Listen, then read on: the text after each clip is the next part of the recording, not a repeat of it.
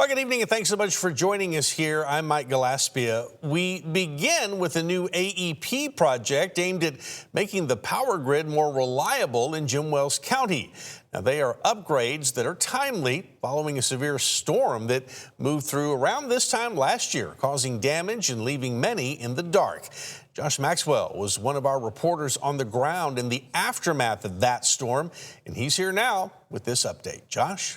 Mike, when severe storms hit Jim Wells County, many families were left without power for days while dealing with major damage to their homes. Now, AEP Texas says upgrades to power lines from Alice all the way to Falfurrias will help strengthen the grid against future storms. There was people without power for a couple of days.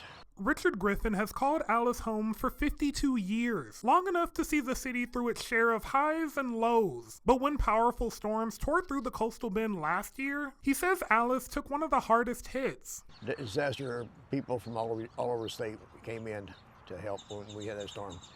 It was devastating. It was pretty bad. But in the midst of that destruction, Griffin says there's another thing he vividly remembers. Power companies were here putting it back up as fast as they could. So we decided to improve and beef up the line. AEP Texas spokesperson Omar Lopez referring to a newly approved project aimed at upgrading a segment of transmission line running from Alice to Falfurrias to better support growth in the area, while standing up to whatever Mother Nature has in store. So when we rebuild a line like this, it's always in the hopes that we can reduce customer outage minutes.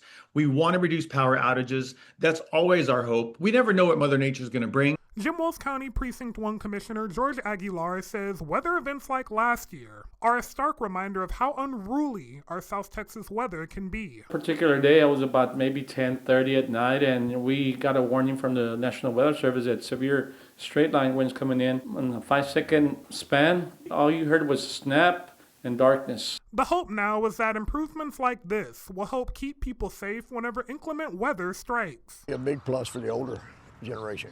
Like I say, there's a lot of people on breathing machines and heart monitors and things like that need electricity.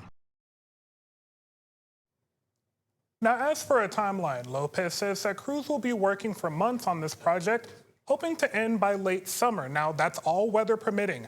And as you just heard in that package, straight line winds were a key factor that day in some of the devastation that you saw in that package. To help break all of that down, we're going to bring in Chief Meteorologist Carly Smith. Hey there, Carly. Yeah, hey Josh, here's a look back to that day last year, which was very close to our last wind event that we also saw. So you're seeing on this Thursday,